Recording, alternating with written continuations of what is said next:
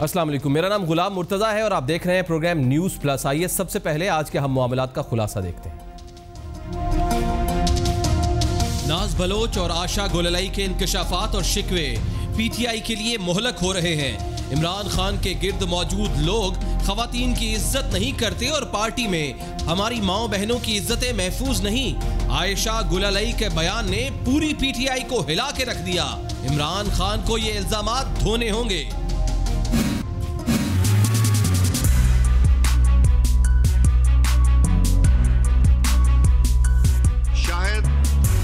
अब्बासी साहब ने 221 वोट्स लिए और आखिरकार शाहिद खाकान अब्बासी पाकिस्तान के नए 22वें वजीर आजम मुंतखब हो गए। नए वजीर आजम को आते ही पीटीआई और शेख रशीद की सख्त मुखालिफत का चैलेंज दरपेश है। नवाज शरीफ की कमी पूरी करने के लिए तहम्मुल और भारी सब्र का मुजाहिरे के साथ साथ मंसूबों की जल्द तकमील भी करना होगी।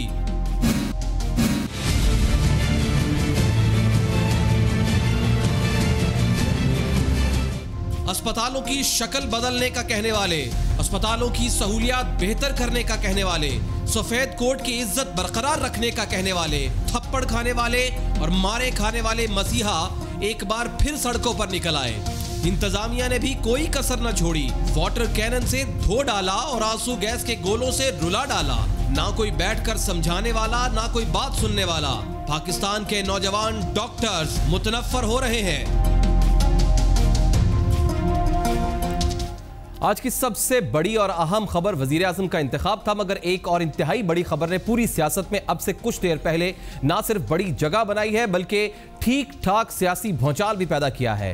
पाकिस्तान तहरीक इंसाफ को अब नाज बलोच के बाद एक माह के अंदर दूसरा झटका लगा है। पाकिस्तान तहरीक इंसाफ की MNA और अब साबिका रहनुमा आयशा गुललई ने पार्टी छोड़ने का ऐलान कर दिया है।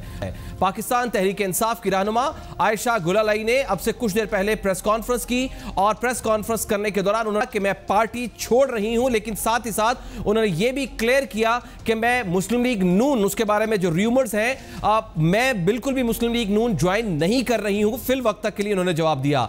साथ ही साथ NA1 की सीट से मुतालिक उन्होंने बात किया तो उन्होंने कहा कि NA1 की सीट के लिए मुझे टिकट की जरूरत नहीं है। पीटीआई में उन्होंने कहा कि खवातीन की इज्जत नहीं की जाती है, जो सबसे बड़ा और खतरनाक और मुहलिक इल्जाम लगाया गया पाकिस्तान तहरीक इंसाफ के चेयरमैन इमरान खान की तरफ, वो था कि इमरान खान की वजह से माओ बहनों की इज्जतें महफूज नहीं है। साथ ही साथ उन्होंने कहा कि हम पख्तून घराने से ताल्लुक रखते हैं, इज्जत और गैरत बहुत चीज होती है, काफी अरसे से चीजों को बर्दाश्त कर रही थी। क्या कहा उन्होंने, आज प्रेस कॉन्फ्रेंस में क्या बातें की हैं, मुलाहिजा कीजिए। मेरा ताल्लुक एक कबाइली वजीर ख़ानदान से है। हम वजीरिस्तान से ताल्लुक़ रखते हैं, हम पख्तून हैं और हमारे लिए सबसे बड़ा इशू, सबसे ज़्यादा इम्पोर्टेंस गैरत और इज़्ज़त की होती है। और मैं कॉम्प्रोमाइज़ इज़्ज़त के मामले में मुझे ये सिखाया गया है कि आप ना करें। इस पार्टी में इमरान खान जो हर एक की बारियां लगवाते हैं, कभी किसी की बारी लगवाते हैं, कभी कहते हैं तुम्हारी बारी है, कभी कहते हैं उसकी बारी है। मैं तो इमरान खान से कहूंगी कि अब तुम्हारी बारी है। इनके कुछ करतूत, इनके बहुत सारे हैं, उन करतूतों में से एक करतूत ये है कि ये जिस तरीके से टेक्स्ट मैसेजेस भेजते हैं गलत, और भी बहुत सारे काम जिस तरीके से ये खवातीन और लड़कियों की जो इज्जतें हैं, इज्जतदार खवातीन की जो इज्जतें हैं, वो इस पार्टी में मैं आपको बताना चाह रही हूं कि वे महफूज नहीं है। इमरान खान के हाथों और इमरान खान के इर्द गिर्द जो उनका टोला है, उनकी शायद वो मगरिब से बड़े मुतासर मुझे लगते हैं। शायद वो पाकिस्तान को इंग्लैंड समझ बैठे हैं और वैसे भी 67 साल की उम्र में आपकी आदतें तब्दील नहीं होती, तो शायद उनको आदतें पड़ी हुई हैं उधर की, तो उन आदतों पे उनका कोई कंट्रोल नहीं है।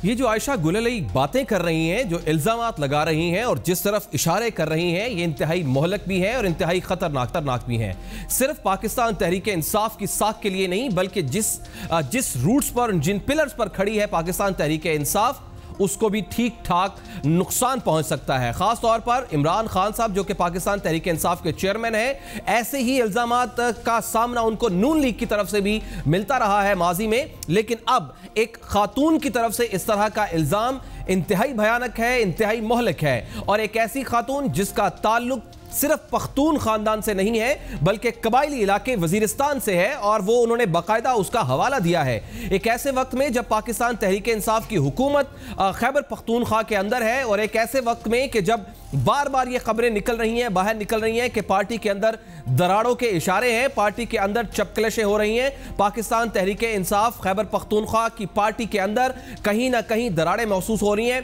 ऐसे वक्त में एक पख्तून खातून का, वजीरिस्तान से ताल्लुक रखने वाली खातून का पख्तून कार्ड के साथ इस तरह के मोहलक, भयानक और खतरनाक इल्जामात लगाना पाकिस्तान तहरीक इंसाफ को बहरहाल ठीक ठाक धचका नहीं बल्कि ठीक ठाक खतरात लाहक करेगा। ऐसा लग रहा है कि आने वाले दिनों में पाकिस्तान तहरीक इंसाफ को इसी से मुताल्लिक ना सिर्फ बड़ी सफाई देनी होगी बल्कि इसी से मुताल्लिक वाज़ेह तौर पर क्लियर भी करना होगा। गो कि आज दोपहर को पाकिस्तान तहरीक इंसाफ के रहनुमाओं ने इस बारे में प्रेस कॉन्फ्रेंस की और प्रेस कॉन्फ्रेंस करके इसको क्लियर किया, लेकिन जो सबसे अहम, सबसे बड़ी और जो सबसे मोहलक ये प्रेस कॉन्फ्रेंस थी, इसका जवाब नहीं है। लेकिन एक और सवाल उठता है कि क्या सिर्फ जुबानी कलामी इस तरह के इल्जामात लगाना एक खातून की तरफ से किसी पार्टी के सरबराह को एक ऐसे वक्त में जब ठीक ठाक डेंट डाला है हुकूमत को, उस पाकिस्तान तहरीक इंसाफ ने एक बड़ा केस जीता है जिसकी वो खुद पार्टी थी, जिसकी वो एप्लीकेंट थी, वो उसमें वजीर आजम नाहल हुए हैं, साबिक हुए हैं, नवाज शरीफ पार्टी के सरबराह नहीं रहे हैं, आज नए वजीर आजम पाकिस्तान मुस्लिम लीग नून के बने हैं। एक ऐसे वक्त में इनका सामने आना ये इंतहाई खतरनाक होगा। और साथ ही साथ जो आयशा गुललाई साहिबा हैं, क्या ये आने वाले वक्तों में हमें मीडिया को या खुद प्रेस कॉन्फ्रेंस करके या खुद से रिलीज करके वो मैसेजेस जो इमरान खान साहब के साथ उन्होंने किया है या इसके अलावा जो उनके खिलाफ किया है, वो मैसेजेस जिनकी वो बात कर रही हैं, वो बातें जिनकी बात कर रही हैं, क्या वो प्रूफ के साथ सामने लाएंगी? क्या इस पर इमरान खान साहब कोर्ट में जाएंगे? इस सारी सूरत हाल के ऊपर ये जो इस वक्त मंजरनामा बन रहा है और टाइमिंग बन रही है, इसके लिए बात करते हैं हमारे साथ मौजूद सीनियर सहाफ़ी, तज्ज़ियाकार और एंकर पर्सन आसमा शराजी साहब। आसमा साहब, बहुत बहुत शुक्रिया आपके वक्त का। ये फरमाइएगा कि ये आयशा गुलालई साहिबा जो फरमा रही हैं, ये कितना मोहलक और खतरनाक है एक ऐसे वक्त में कि जिस दिन एक नया वजीर आज़म मुस्लिम लीग नून का हलफ उठा रहा है, पाकिस्तान तहरीक इंसाफ का ग्राफ थोड़ा ऊपर जा रहा है। देखिए, ये बहुत अरसे से मैं तो ये बात कर रही हूँ मुस्तकिल पिछले 2 महीनों से कि पाकिस्तान के सियासतदानों को डिस्क्रेडिट करने की कोशिश की जा रही है, और जिस 62-63 के ऊपर की जा रही है, अब उसका आहिस्ता आहिस्ता सभी शिकार होंगे। मैं चिराग सबके बुझेंगे, हवा किसी की नहीं। और ये एक सोची समझी साजिश है जिसके तहत सारे सियासतदानों को गंदा करने की कोशिश की जाएगी। लेकिन हैविंग सेड दैट, ये जो एलिगेशंस आयशा गुलालई ने लगाए हैं, और आयशा गुलालई को हम जानते हैं पिछले 5 साल से बहुत ऑनरेबल, बहुत रिस्पेक्टेबल खातून हैं, और जिस बैकग्राउंड से वो आई हैं, बहुत मुश्किल होता है कि वो इस तरह की बात करें।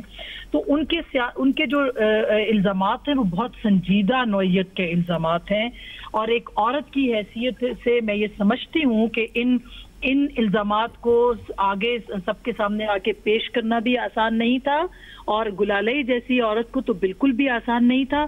और उसके साथ साथ उसने जो इल्जामात जिस नौइयत के लगाए हैं वो साथ में माली और अखलाकी बदउनवानी की हैं। तो इस पे तहकीकात होनी चाहिए बिल्कुल। और हम तो बार बार ये बात कर रहे थे कि जिस चीज के ऊपर इस वक्त पाकिस्तान की सियासत फरिश्ते ढूंढ रही है, या इस मुल्क के अंदर ज़ियाउल हक साहब की जो बाकियात है वो ये कोशिश कर रही है कि यहाँ पे सारे फरिश्ते बैठ जाएं पार्लियामेंट के अंदर, और जो पार्लियामेंट से बाहर बैठे हुए लोग हैं वो दुरुस्त नहीं है, वो दुरुस्त है और उनका कोई एहतसाब नहीं कर सकता, उन्होंने कोई करप्शन नहीं की किसी किस्म की, ये उसी का एक हिस्सा है। और खान साहब को ये बात बहुत पहले बावर होनी चाहिए थी। बहरहाल अब चूंकि ये इल्जामात लग गए हैं, उनको चाहिए वो खुद तहकीकात के लिए कोई भी कमीशन, कोई भी अदालत, और ये हैरेसमेंट के चार्जेस हैं, इसके साथ साथ ये 62-63 के चार्जेस हैं, ये 62-63 की बहुत सारी शिक़ें जो है उनके चार्जेस हैं, इसके ऊपर तहकीकात होनी चाहिए। इसके ऊपर कुछ लोग जो है वो कोर्ट भी जाएंगे और जरूर जाएंगे जो उनके सियासी मुखालफिन हैं।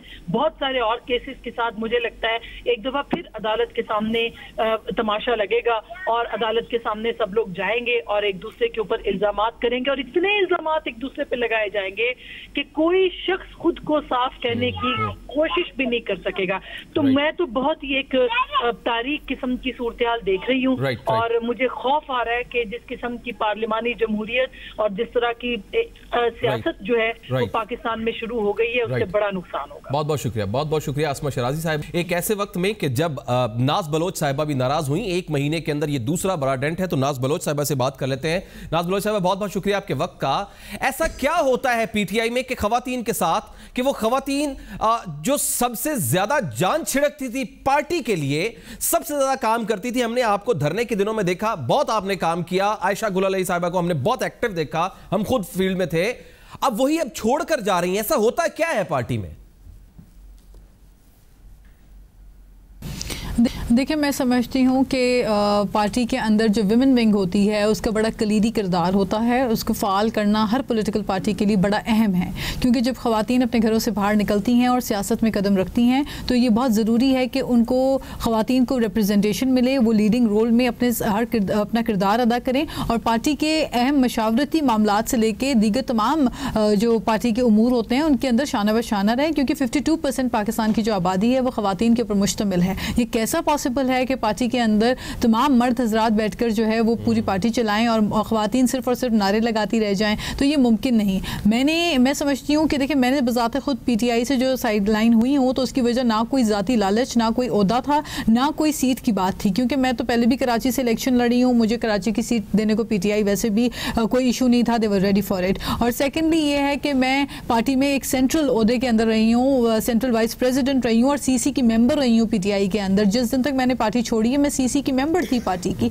तो मुझे कोई पार्टी में कोई लालच किसी चीज़ की नहीं थी। मैंने जो बुनियादी वजूहात की वजह से छोड़ी, मैं समझती हूँ कि जब वर्कर नाराज़ होता है, वर्कर डिसअपॉइंट होता है, वर्कर की आवाज़ जब मरकज़ तक चेयरमैन तक नहीं पहुंचती, वर्कर की आवाज़ नीचे ही दब जाती है, तो फिर पार्टी को बड़ा नुकसान पहुंचता है। इसलिए पार्टी के अंदर मरकज़ में ख़वातीन को फ़ाल करना और भरपूर तर्जुमानी देना और रिप्रेजेंटेशन देना हर पार्टी का फ़र्ज़ है। लेकिन जब हिरासत की बात आती है, जिस तरह से आयशा गुल अली साहिबा कह रही है, क्या ख़वातीन को हिरासा भी किया जाता है, उन्हें आगे नहीं आने दिया जाता या उनकी मेहनत को हाईजैक कर लिया जाता है? हमें कुछ वाकया तो बताइए जिसकी वजह से आप भी मुतनफ़र हुई हैं। आयशा गुल अली गुस्से में है, क्या किया जाता है खवातीन के साथ, क्यों इतना गुस्सा हो जाता है और पार्टी छोड़नी पड़ जाती है?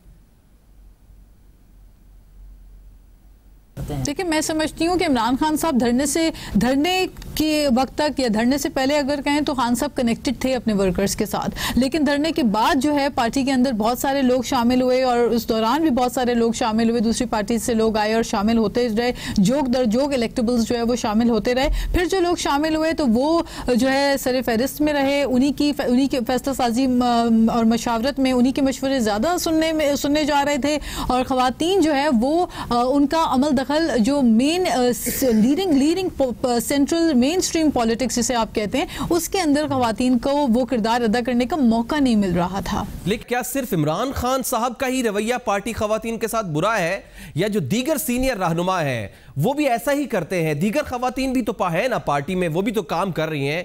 अब श्री मज़ारी साहबा हैं, दीगर और रहनुमा है पाकिस्तान तहरीक इंसाफ की ख़वातीन है, क्या सबका यही हाल है? ज़रा खुल के बताएं ना हमें।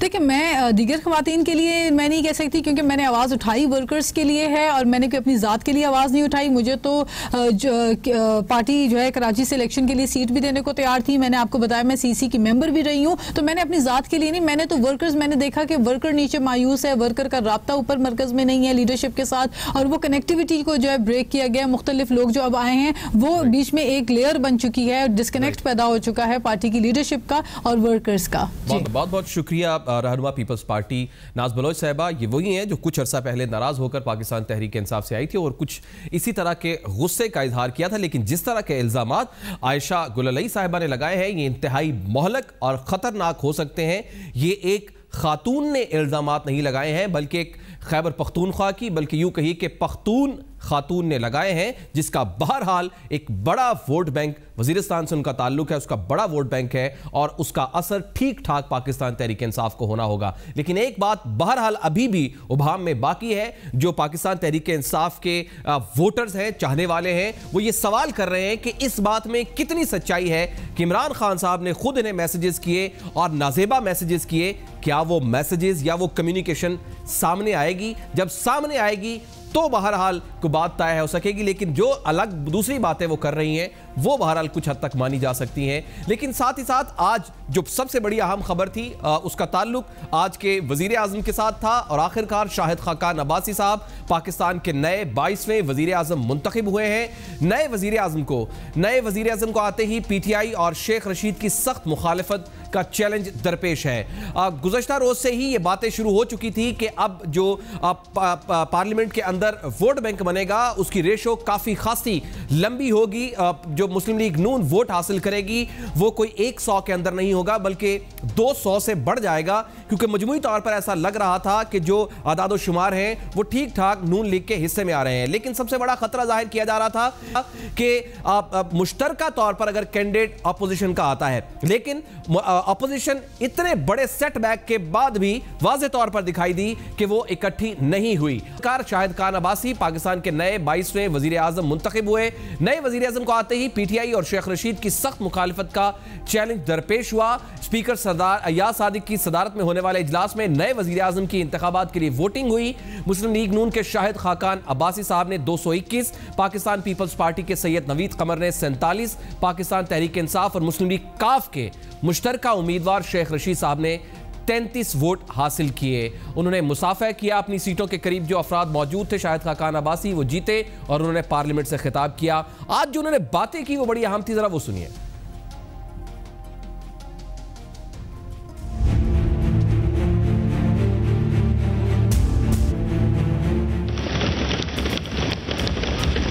पीटीआई के लीडरशिप का, इमरान खान साहब का, पार्लियामेंट्री लीडरशिप का मशकूर हूं जो हमें अपनी रोजमर्रा की गाली गलौज में शामिल रखते हैं। वो गवाही देंगे कि नवाज शरीफ ने कभी इनको करप्शन के लिए नहीं कहा। हम लोग गवाह होंगे कि नवाज शरीफ पे कोई करप्शन का चार्ज नहीं है। जो वक्ती मुफाद के लिए भागे वो आज बैठे हुए हैं। जो कमाया है मेहनत से कमाया है, सबके सामने कमाया है। आपको तकलीफ है तो मैं आके दिखा दूंगा। कोई एमएनए कहीं नहीं गया, कोई पार्टी में दरार नहीं पड़ी। जिसका नाम वज़ीर-ए-आज़म ने लिया वो आज आपके सामने खड़ा है। एक और अदालत भी लगेगी, एक अदालत और लगेगी जो इस अदालत से बहुत बड़ी होगी। मैं काम कर रहा हूं, मैं सीट गर्म रखने नहीं आया। 45 दिन रहा, 45 महीने का काम करूंगा। शाहिद खाकान अब्बासी पेशे के एतबार से इलेक्ट्रिकल इंजीनियर्स हैं, इलेक्ट्रिकल इंजीनियर फॉरेन क्वालिफाइड है, कैलिफोर्निया से पढ़े हुए हैं। उनको करीब से जानने वाले लोग उनकी तारीफ करते हैं कि ये एक हम्बल, खामोश तबा, मामले को जल्द समझने वाले और टारगेट ओरिएंटेड काम करने वाले शख्स हैं और काम को पूरी जांफिशानी से मुकम्मल करने की पूरी सलाहियत रखते हैं। लेकिन जो सबसे बड़ी खबर मैं आपको अभी देने जा रहा हूं वो बड़ी अहम है। वो ये है कि आज हमने देखा कि हमजा शहबाज शरीफ साहब पार्लियामेंट के अंदर मौजूद नहीं थे।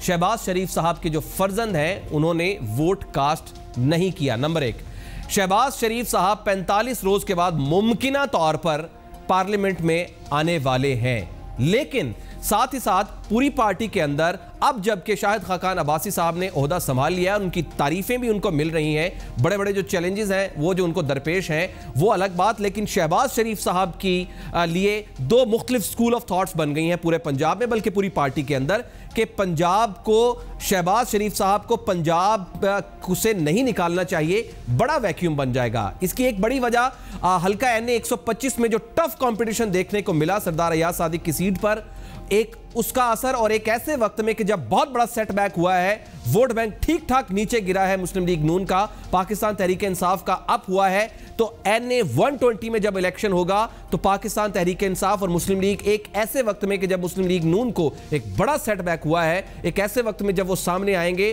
तो इंतहाई टफ कंपटीशन मिल सकता है और इसी वजह से सरगोदा की सीट को भी ओपन किया गया कि वहां से भी वो इलेक्शन लड़ेंगे। तो ये खतरात बहरहाल दरपेश है और ऐसे अभी तक तासुर मिल रहा है, जराए से ये कह रहे हैं कि आने वाले इलेक्शंस तक यही शाहिद खाकान अब्बासी साहब ही प्राइम मिनिस्टर की सीट पर बैठे। इन्हें बड़े चैलेंजेस के साथ साथ जो सबसे बड़ा चैलेंज है वो ये है कि वो मियां नवाज शरीफ की जो कमी है, जो वो वैक्यूम है, वो कैसे पूरा करते हैं। इसके लिए नवाज शरीफ की कमी पूरा करने के लिए तहम्मुल और भारी सब्र का मुजाहरा के साथ साथ मंसूबों की जल्द तकमील करना होगी। सवाल ये उठ रहा है कि मियां मोहम्मद नवाज शरीफ साहब ने सिर्फ उन्हीं पर ट्रस्ट क्यों किया है। हो सकता है अगले इलेक्शन तक यही वजीर आजम रहे, तब तक सख्त ऑपोजिशन सिर्फ पीटीआई की तरफ से या उसकी सूरत में नजर नहीं आ रही। पाकिस्तान पीपल्स पार्टी के उम्मीदवार से मुतालिक भी आज सॉफ्ट कॉर्नर दिखाई दिया। लेकिन एक और बात इंतहाई अहम नोट की गई कि ऑपोजिशन इस मामले पर भी अपना मुश्तरका उम्मीदवार नहीं ला सकी, यानी मजमूई तौर पर देखा जा रहा है कि शायद खाकान अब्बासी को सिवाय पीटीआई और शेख रशीद से कोई बड़ा चैलेंज दरपेश नहीं है। लेकिन बहरहाल आइए उनकी प्रोफाइल के ऊपर बात करते हैं कि किस तरह का उनका मिजाज है, वो किस तरह से काम करने वाले दिनों में जो उनका काम का स्टाइल है वो कैसा होगा। इसके लिए बात करते हैं सीनियर सहाफी खालिद मुस्तफा साहब हमारे साथ मौजूद है। मुस्तफा साहब बहुत बहुत शुक्रिया, आप बहुत करीब रहते हैं, प्रेस कॉन्फ्रेंसेज उनके साथ डीलिंग, जब वजीर पेट्रोलियम रहे थे इनके साथ आपका बड़ा करीब से ताल्लुक है, जाहिर है आप सब सहाफी की बीट करते हैं। कैसे शख्स हैं ये, किस तरह का आपने इनको पाया है, किस तरह की ये सोच रखते हैं, काम के साथ कैसी डेडिकेशन है, और वैसे ये बतौर इंसान किस तरह से है, और जिस सीट पर ये बैठे हैं क्या आपका जाती राय क्या है, ठीक सूटेबल है, जम के काम कर लेंगे? देखिए जी, जैसे कि मैंने उन्हें अपनी इंटरेक्शन के दौरान उनको मैंने अपराइट पाया है, फोकस्ड, अच्छा, और वेल मैनर्ड, पढ़ा लिखा आदमी, ठीक है, लेकिन उसमें किसी किस्म का गुरूर नहीं है। अपने जो स्टाफ है जो उनके साथ बहुत अच्छे तरीके से पेश आते हैं, ऑफिसर्स के साथ बहुत अच्छे तरीके से पेश आते हैं, काम निकालना जानते हैं, अगर उन्हें टारगेट मिल जाए तो बड़े फोकस्ड हो जाते हैं। आप देखें कि पिछली हुकूमतें जो हैं वो LNG इंपोर्ट नहीं कर सकी थी, ठीक है, ठीक, और पाकिस्तान को जो था एनर्जी डेफिसिएंट कंट्री कहा जा रहा था। आप देखें कि अगर लोड शेडिंग में कमी वाक़या हुई है, या फिर आपकी जो टेक्सटाइल इंडस्ट्री है या इंडस्ट्री वैसे जो एक्सपोर्ट ओरिएंटेड इंडस्ट्री है उनको गैस अवेलेबल है, ठीक है ना, वो अलग बात है कि वो महंगी है या सस्ती है, लेकिन अवेलेबल है, गैस अवेलेबल है, कारखाने चल रहे हैं, तो उसका क्रेडिट जो है वो शायद खाकान अब्बासी को जाता है। ठीक है, अच्छा, जब ये आए तो कतर वालों ने ये शर्त रखी कि पहले आप सीरियसनेस शो करें।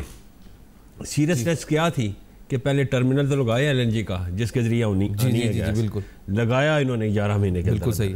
उसके फ़ौरन बाद इन्होंने जो था ये इंपोर्ट करनी शुरू कर दी, तो ये इनका बड़ा कारनामा है। सही है, वो अलग बात है कि उसमें क्या फ्रास है। लेकिन चूंकि खालिद जब वजारत उज़्मा की बात करते हैं तो वहां पर सिर्फ इस चीज़ की स्पेशलिटी नहीं है, क्योंकि ये एक इलेक्ट्रिकल इंजीनियर है। हम ये तो कह सकते हैं कि आने वाले दिनों में जो एनर्जी क्राइसिस है उस पर तो इनकी ग्रिप हो सकती है, क्योंकि ये टेक्नोक्रेट भी हैं, तो ये समझ तो सकते हैं। लेकिन जो मजमूई तौर पर वहां की सियासत होगी, जो अपोजिशन से प्रेशर आएगा, जो शेख रशीद साहब और PTI लेके आने वाली है केस LNG वाला, इस तरह की जो सिचुएशन होगी, कितने हम्बल्ड है, कितने स्ट्रॉन्ग नर्व्स हैं इनके?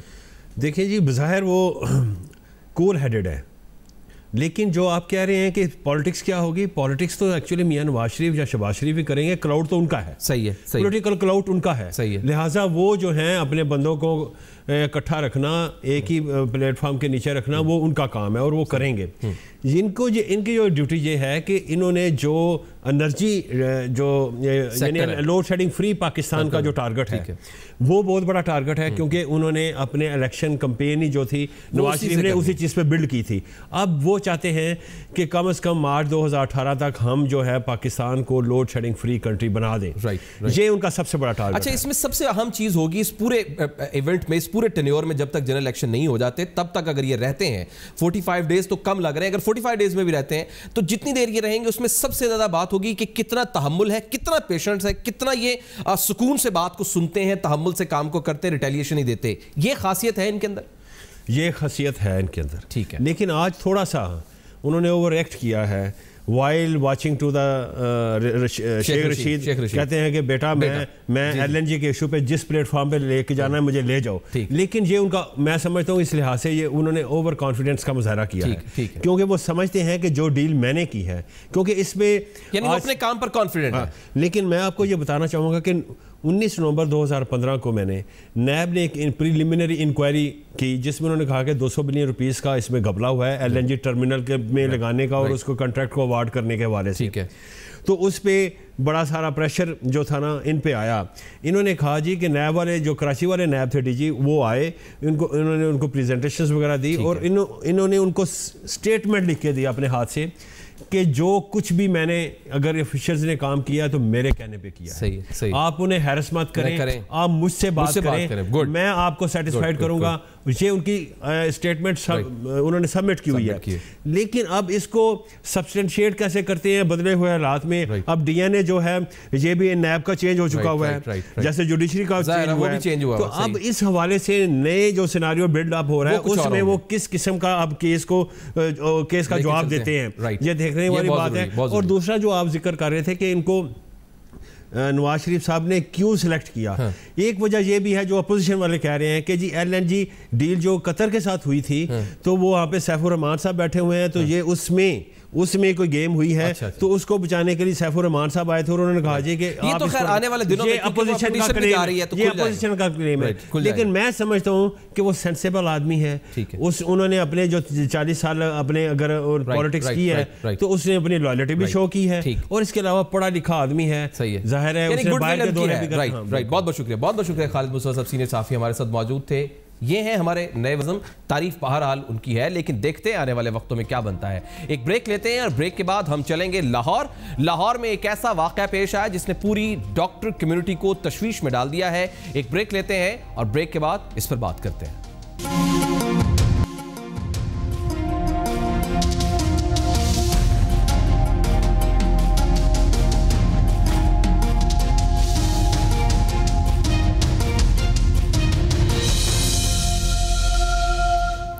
आज लाहौर में एक ऐसा वाक़या पेश आया जिसने पूरी डॉक्टर कम्युनिटी को तशवीश में डाल दिया है। डॉक्टर्स की जानिब से सर्विसेज अस्पताल से GOR 1 तक एहतजाजी रैली निकाली गई। ये करीब बेवाक़े हैं, ये बिल्कुल करीब में कुछ किलोमीटर का फासला है। यहाँ तक एक रैली निकाली गई। ताहम GOR 1 में दाखिले की जब कोशिश की गई, यानी ये बिल्कुल करीब में वाक़े है, और जब ये सर्विसेज हॉस्पिटल से निकले हैं और उस पूरे रोड को जेल रोड कहलाता है उसको बंद हुआ, और उसके बाद ये जाने के बाद ये जैसे GOR 1 में दाखिले की इन्होंने कोशिश की तो पुलिस वहाँ पर पहले से मौजूद थी। आंसू गैस उनके हाथ में थी, उनके आंसू गैस चलाने वाली गन्स जो थी उनके हाथ में थी। वाटर कैनन वहां मौजूद थी और उसका उन यंग डॉक्टर्स पर उन वाटर कैनन्स का और उन आंसू गैस का शदीद इस्तेमाल किया गया और उसकी शेलिंग की गई, और उससे पुलिस ने मुजाहिरीन को पेश कदमी से रोक दिया, जिसके मनाजिर आपको हम दिखा रहे हैं टेलीविजन स्क्रीन पर। अच्छा, उसके बाद जो तर्जुमान पंजाब हुकूमत है वो ये कहते हैं कि यंग डॉक्टर्स को मुज़ाकरात के लिए बुलाया, लेकिन उन्होंने इनकार कर दिया, किसी को कानून हाथ में लेने की इजाजत नहीं देंगे। ये पंजाब गवर्नमेंट का वर्जन आया है। ये सब कुछ तो हो गया। अच्छा, अब हम सवाल उठाते हैं, हमने इनका चार्टर ऑफ डिमांड जो था वो मंगवाया। हम सवाल उठाते हैं कि ये डॉक्टर्स क्यों सड़कों पर आए, तो हमने इनका चार्टर ऑफ डिमांड निकाला तो तब हमें पता चला कि ये डॉक्टर्स क्या मांगते हैं। ये डॉक्टर्स कहते हैं कि सफेद कोट यानी जो डॉक्टर है उसके तकद्दुस को बहाल किया जाए, उनकी इज्जत और एहतराम को कायम रहना चाहिए। हम यानी हमेशा से डॉक्टर को डॉक्टर साहब कह के बुलाते हैं, वो जो उसका एहतराम है वो कायम रहना चाहिए, ये उनकी एक डिमांड है। फिर ये डॉक्टर सड़कों पर ये मांगने निकले हैं कि हर मरीज के लिए अलहदा बिस्तर होना चाहिए, यानी एक बेड पर जो 2-2 मरीज लिटाने का रुझान है वो नहीं होना चाहिए, यानी कि उनकी कैपेसिटीज को बढ़ाएं, हॉस्पिटल की कैपेसिटी को बढ़ाएं। अच्छा, ये जो दो बातें पहले वाली जो मैंने बात बताई ये शायद उनके हक में जाती हो, लेकिन दूसरी बात तो मेरे हक में है, यानी कि अगर मेरा मरीज बिस्तर पर जाएगा तो मुझे अलग बिस्तर मिलना चाहिए। अच्छा, फिर ये डॉक्टर कहते हैं कि डॉक्टरी चूंकि एक टेक्निकल पेशा है, इसकी एक अपनी टर्म्स है, इसकी अपनी एक साइंस है, और डॉक्टर को डॉक्टर ही समझ सकता है, कोई और नहीं समझ सकता है। तो इसका जो सेक्रेटरी हेल्थ है वो माहिर सेहत होने चाहिए ताकि वो हमारी प्रॉब्लम्स को, अस्पतालों के मसाइल को, उसकी रीजनिंग को समझ सकें। अच्छा, ये भी हमारे लिए लड़ रहे हैं। ये कहते हैं कि अस्पतालों की सिक्योरिटी के कवानीन बनाए जाएं, यानी उसकी सिक्योरिटी के आप इमरजेंसी में नहीं घुस सकते, या आप ऑपरेशन थिएटर में नहीं घुस सकते, या आप माइनर इंजरी में नहीं जा सकते, आप किसी डॉक्टर को हाथ नहीं लगा सकते, या आप किसी डॉक्टर, यानी वो जो कानून है वो बनाए जाएं। अच्छा, ये भी वो कह रहे हैं। ये कहते हैं कि डॉक्टर्स के जो रिस्क अलाउंस है और लाइफ इंश्योरेंस पॉलिसी वो बनाई जाए, यानी रोज ये थप्पड़ खाते हैं। जब किसी मरीज का पेशेंट एक्सपायर हो जाता है तो उसकी 3 रीजंस होती हैं। एक या तो उस तरह की जिससे ट्रीटमेंट होनी थी वो प्योर लॉजिस्टिक्स, या वो एनवायरनमेंट, या वो मेडिसिन मौजूद नहीं थी, इस वजह से पेशेंट एक्सपायर हो गया। नंबर 2, वो नेचुरली अल्लाह ने उसकी जिंदगी उतनी लिखी थी, जो सबसे बड़ी बात है, वो हो सकता है कि शायद उसकी वजह से। और तीसरी सबसे बड़ी बात कि दवाई नहीं थी, जिस दवाई ने उसकी जान को बचाना था वो हॉस्पिटल के अंदर दवाई नहीं थी। और ऐसा बेतहाशा बार तक देखने में आया है कि ऐसा ही होता है। ये कहते हैं कि जो CIP है, यानी कि VIP जो कल्चर है, उससे जान छुड़ाई चाहे, सभी मरीज VIP होते हैं। ये जो वजूहात जिनकी बिना पर सड़कों पर आए हैं, वाटर कैनन से मार खाई है और आंसू गैस के शेल खाए हैं, भाई क्यों आते हैं सड़कों पर डॉक्टर, काम क्यों नहीं करते ये अस्पतालों में? इसके लिए बात करते हैं तर्जुमान YDA डॉमान हसीब हमारे साथ मौजूद है। सलमान साहब, मार ही खाने के लिए आप रह गए हैं, आपने मार ही खानी है, आप चुप करके अपना काम करें, हॉस्पिटल में काम करें, अपनी तनख्वाह लें और घर जाएं। आप क्यों सड़कों पर निकले हुए, क्यों अपना चार्टर ऑफ डिमांड बनाया हुआ आप लोगों ने?